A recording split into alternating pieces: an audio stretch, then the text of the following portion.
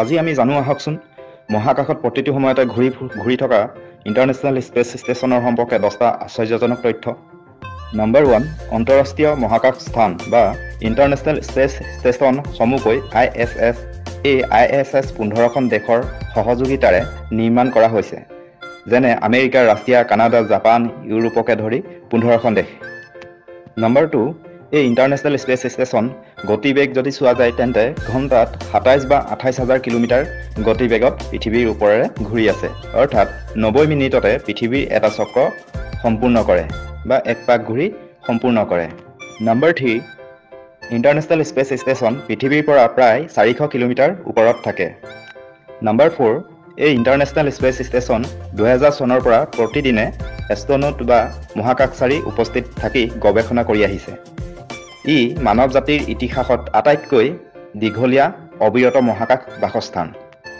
Number 5, এই international space ষ্টেচনত মহাকাশচাৰীসকল আৰু অন্যান্য বস্তুসমূহ শূন্য গ্ৰেভিটিৰ প্ৰভাৱত সকলোবোৰ ভাহি থাকে।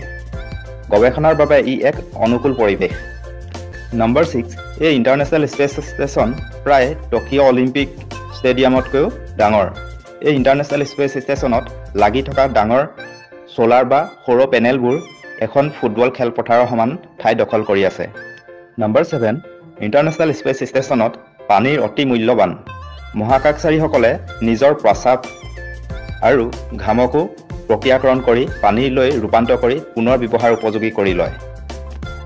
নম্বৰ 8, এই ইণ্টাৰনেশ্যনেল স্পেচ ষ্টেচনত বিভিন্ন গৱেষণা আৰু পৰীক্ষা চলাই থকা হয়, যিবোৰ গৱেষণাৰে ভৱিষ্যতে চন্দ্ৰ আৰু মংগল গ্ৰহৰ অভিযানৰ ক্ষেত্ৰত সহায় হ'ব। নম্বৰ 9, ইণ্টাৰনেশ্যনেল স্পেচ ষ্টেচনত থকা মহাকাশচাৰীকেইজনে 24 ঘণ্টাত 16 বাৰকৈ সূৰ্য উদয় হোৱা আৰু সূৰ্য মাৰ যোৱা দৃশ্য দেখে।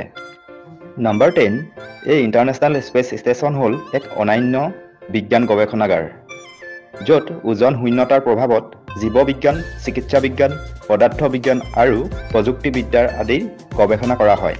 বন্ধুসকল, যদি আপোনালোকে এই ইণ্টাৰনেশ্যনেল স্পেচ ষ্টেচনৰ সম্পৰ্কে আৰু অধিক তথ্য জানিব বিচাৰে তেন্তে কমেণ্ট কৰি জনাব।